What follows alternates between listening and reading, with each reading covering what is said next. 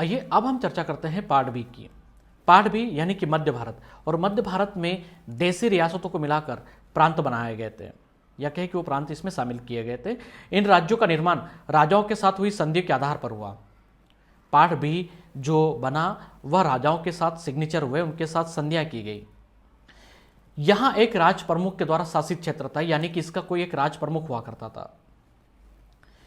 ग्वालियर और इंदौर, वही धार जो है वह किस तरह से क्या महत्वपूर्ण भूमिका अदा करता है पार्ट बी में। आपने ये जरूर पढ़ा होगा कि 28,500 का बड़ा बीघा कौन सी रियासत का था, तो वो था ग्वालियर का। तो याद रखना है 28,500 का बड़ा बीघा जो जमीनी क्षेत्र है, वर्तमान में भी चलता बेटा, ये याद रखना है, वह ग्वालियर रियासत का हुआ करता था। और 24,500 का जो था वह इंदौर रियासत का जमीनी क्षेत्र था। किसका? इंदौर स्टेट का। नोट कर लीजिएगा, मैं लिख देता हूं यहां पर 24,500, इसको बोलते हैं हम छोटा बीघा। बीघा यानी कि जमीनी क्षेत्र।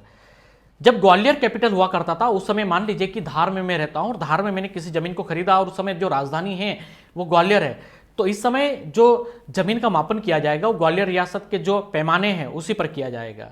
28,500 का बड़ा बीघा, यानी कि यहां पर 28,500 का बड़ा बीघा मैंने खरीदा जब ग्वालियर कैपिटल था। अगर इंदौर कैपिटल है और मान लीजिए कि दतिया या क्या ग्वालियर वाले क्षेत्र में किसी ने जमीन खरीदी, तो उसका मापन किया जाएगा इंदौर कैपिटल के आधार पर, या कहें कि उसका जो छोटा बीघा 24,500 का आंकड़ा वहां पर दिया जाएगा।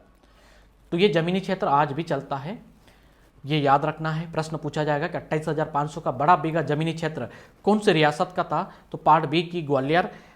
24,500 छोटा बीघा कौन से रियासत का जमीनी क्षेत्र था, तो पार्ट बी की इंदौर कैपिटल। ठीक है, दो कैपिटल थी, कब कब ये चलती थी उसके बारे में आगे आप पढ़ेंगे। बस इतना याद रख लीजिएगा कि यहां पर रियासतों के द्वारा रूल किया जाता था, यानी कि रियासतों को मिलाकर मध्य भारत बनाया गया था। और इसका जो राज प्रमुख बनाए गए थे वो ग्वालियर से बनाए गए थे। किसको बनाया गया था, कैसे बने थे? 28 मई 1948 में मध्य प्रांत मालवा संघ का निर्माण हुआ। इस पूरे एरिया को मालवा संघ के नाम से जाना गया। किस नाम से जाना गया? इसको मालवा संघ, इसको नाम दिया गया। पूरे क्षेत्र को याद रखना है बेटा, क्या नाम दिया गया इसको? मालवा संघ। तो पार्ट बी को मालवा संघ भी कहा जाता है।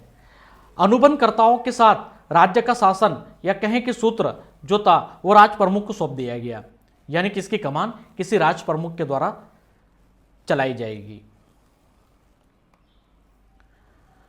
मध्य भारत की 25 रियासतों ने के नरेशों ने राज्य एकीकरण पे कि हाँ ठीक है, हम एग्री है कि एक राज्य होगा हमारा, वो होगा पार्ट बी, यानी कि ये वाला। इस पर सभी ने सिग्नेचर किए। आधिकारिक तौर पर राज्य ग्वालियर, इंदौर या कहें कि मालवा मध्य भारत संघ के रूप में जाना जाता था। आधिकारिक तौर समझ रहे हैं आप, यानी कि ग्वालियर स्टेट या कहें कि इंदौर स्टेट जब हुआ करती थी और ये जब कैपिटल बनाई जाती थी, तो उस समय का जो एरिया था इनका वह मालवा यानी कि मध्य प्रांत के नाम से जाना जाता था। ये वहां के दस्तावेज जो थे उस पर लिखा गया था। ग्वालियर, इंदौर या कहेंगे कि मालवा मध्य भारत संघ के रूप में इसको पहचाना गया उस समय।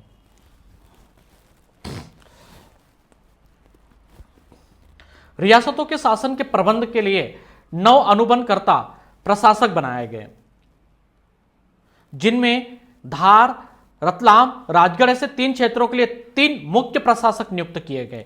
ये स्पेशल चले।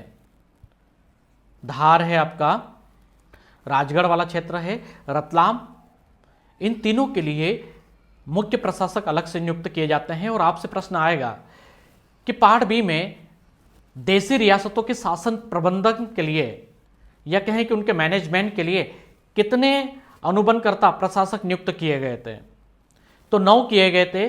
धार के लिए, राजगढ़ और रतलाम के लिए कितने नियुक्त किए गए, तो 3 किए गए, यानी कि धार के लिए एक था, रतलाम के लिए एक था और राजगढ़ के लिए एक था। तो 3 मुख्य प्रशासक नियुक्त किए गए थे। और यहां पर यह भी प्रश्न पूछा जाएगा कि इनमें से पार्ट बी के कौन से जिले के लिए मुख्य प्रशासक नियुक्त किया गया था? निम्नलिखित में से धार दिया जाएगा जो राइट आंसर होगा। रतलाम भी दे सकते हैं, राजगढ़ भी पूछ सकते हैं आपसे।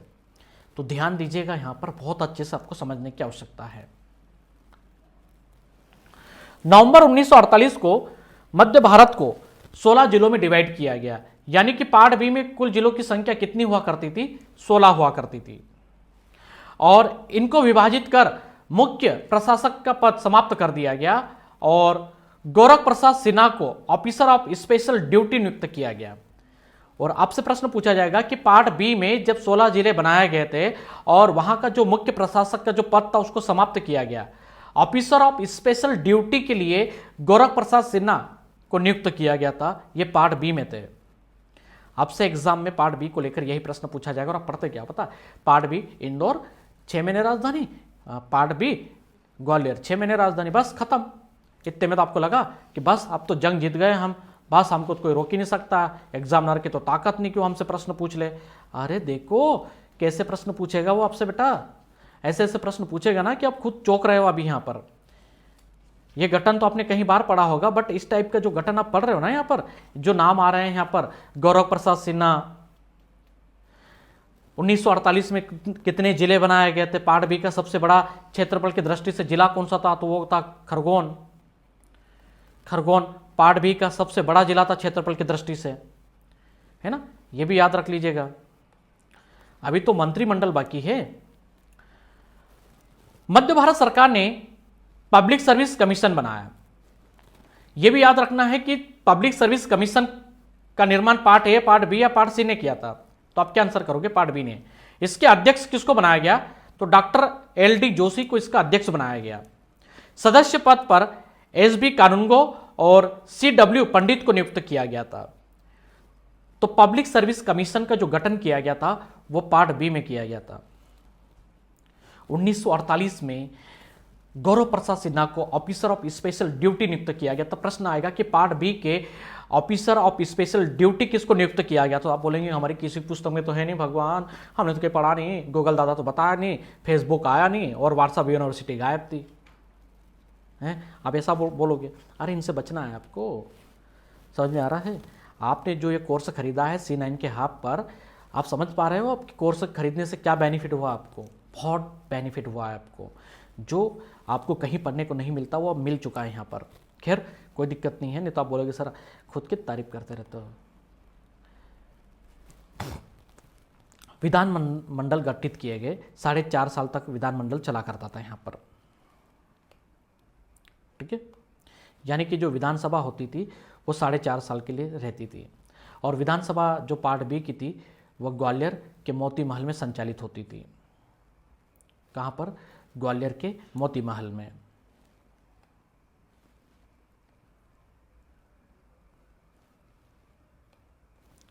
और यहां पर एक चीज और आपको देखनी है, विधानसभा के सदस्यों की संख्या कितनी थी?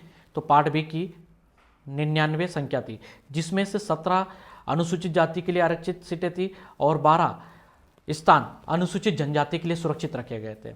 सीट याद रखना कितनी थी? 99 थी। 17 अनुसूचित जाति, SC और ST के लिए 12 सीटें थी।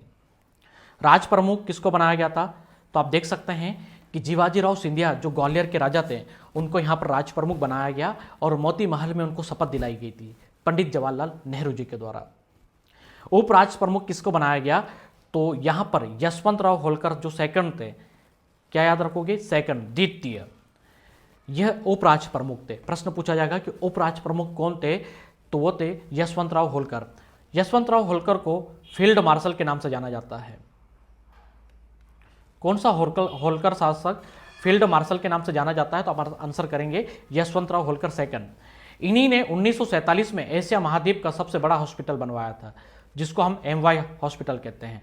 1947 में MY हॉस्पिटल एशिया महाद्वीप का सबसे बड़ा हॉस्पिटल था। ये कौन सा? MY हॉस्पिटल, याद रखना है, ठीक है, अच्छे से। कैपिटल जो थी, शीतकालीन राजधानी कौन सी थी? यानी कि समर कैपिटल जो था वो ग्वालियर था। 7 महीने के लिए ग्वालियर राजधानी होती थी। आपके मध्य प्रदेश जनरल नॉलेज की पुस्तकें या कहें कि व्हाट्सएप यूनिवर्सिटी और गूगल दादा और उसके बाद यूट्यूब का जी का जंजाल, उसमें आपको 6-6 महीने बताई गई है, या कहीं बार तो 5.5 महीने बताई गई है। तो मुझे तो ये समझ में नहीं 5.5 महीने ये थी, 5.5 महीने ग्वालियर थी, इंदौर थी, तो बीच का महीना किधर गया? समझ में आ रहा है? 7 महीने के लिए शीतकालीन कैपिटल बनाई गई थी ग्वालियर को, ये ऑन रिकॉर्ड है, इसका पेपर पर उल्लेख है ग्वालियर स्टेट में। इंदौर जो थी वह ग्रीष्मकालीन कैपिटल थी, और यहां पर आप देखेंगे इंदौर 5 महीने के लिए राजधानी हुआ करती थी। तो 7 और 5 को जोड़ दीजिए तो साल के 12 महीने पूरे हो जाएंगे। हाँ, एक अलग बात थी कि उज्जैन जो था उसको ऋतु कैपिटल की मांग उठी थी, और कुछ समय के लिए उसको दर्जा दिया गया था ऋतु कैपिटल का, यानी कि जो तीसरी राजधानी थी, क्योंकि मालवा संघ के लोग चाहते थे कि उनके क्षेत्र की भी किसी स्थान को कैपिटल बनाया जाए, तो उज्जैन को वर्षाकालीन राजधानी बनाया गया था। कुछ समय के लिए चली, उसके बाद ये बंद हो गई, और इसका जो शासन नियंत्रण जो था वह ग्वालियर के साथ रहा। आप बोलेंगे सर इंदौर तो पास में था। देखिए 2 महीने इसको ही रखा गया था, बट उसका जो एरिया है वह ग्वालियर के साथ ही जोड़ा गया था, क्योंकि ग्वालियर के राजाओं का ही शासित क्षेत्र था उज्जैन। रणोजी सिंधिया को उज्जैन ही दिया गया था और ग्वालियर का क्षेत्र बांटा गया था बाजीराव पेशवा के द्वारा। तो सबसे पहले सिंधिया उज्जैन में ही थे, ठीक है, तो ये आपको याद रखना है। और अगर प्रश्न आ रहा है कि वर्षाकालीन राजधानी कौन सी थी पार्ट बी की, तो आप उज्जैन आंसर कीजिएगा, बाकी सब ठीक है। 7 महीने कैपिटल कौन सी हुआ करती थी, तो ग्वालियर, या ग्वालियर कितने महीने राजधानी रहती थी, तो 7 महीने के लिए, और इंदौर जो थी वो 5 महीने के लिए। मध्य भारत का पहला मंत्रिमंडल बनता है, मुख्यमंत्री किसको बनाया गया, तो श्री लीलाधर जोशी जी को यहां पर मुख्यमंत्री बनाया जाता है। उप मुख्यमंत्री वी.एस. खोदे जी को बनाया गया। वित्त मंत्री जो थे वह तकमल जैन थे। राजस्व मंत्री जो बनाए गए वो राधेलाल व्यास जी को बनाया गया था। स्वास्थ्य मंत्री सैयद हामिद अली जी को बनाया गया। न्याय मंत्री श्री जगमोहन सिंह श्रीवास्तव जी को बनाया गया। विकास मंत्री श्री नंदलाल जोशी जी, उद्योग व वाणिज्य मंत्री वी द्रविड़ जी, शिक्षा मंत्री काशीनाथ त्रिवेदी जी, और यातायात मंत्री कुसुमकांत जयंत जी को बनाया गया था। यह था पार्ट बी का पहला मंत्रिमंडल। पढ़ लीजिए बहुत अच्छे से, एग्जाम में प्रश्न आएगा आपसे और आपको यहां पर आंसर करना चाहिए। इसके बाद और भी चीजें अपडेट है जो मैं आपको आगे बताऊंगा। तो इस तरह से आपने मध्य प्रदेश पुनर्गठन में भाग 1 को पढ़ा। आप बताइए कि क्या समझ में आया आपको। इतनी लंबी हमारी क्लास चली, 1 से 1.5 घंटे के लेक्चर होने के जा रहे हैं, और वहाँ पर आपको इस तरह का कंटेंट मिलता है, तो ये सोने पे सुहागा है। बस आवश्यकता है कि आप मेहनत लगाकर पढ़ने बैठ जाइए और सारा का सारा कंटेंट जो उसको रीड कीजिए काफ़ी अच्छे से, और कहीं पर भी डाउट आता है तो उस डाउट को नोट कीजिए। और जो मैं संदेह निवारण सत्र यानी कि डाउट क्लियरिंग क्लासेस रखूँगा, तो वहाँ पर आप पूछ सकते हैं आकर, आपके डाउट पूरी तरह से क्लियर किए जाएंगे। तो अब इसके बाद हम चर्चा करेंगे मध्य प्रदेश का पुनर्गठन भाग 2 की। तब तक के लिए जय हिंद, जय भारत।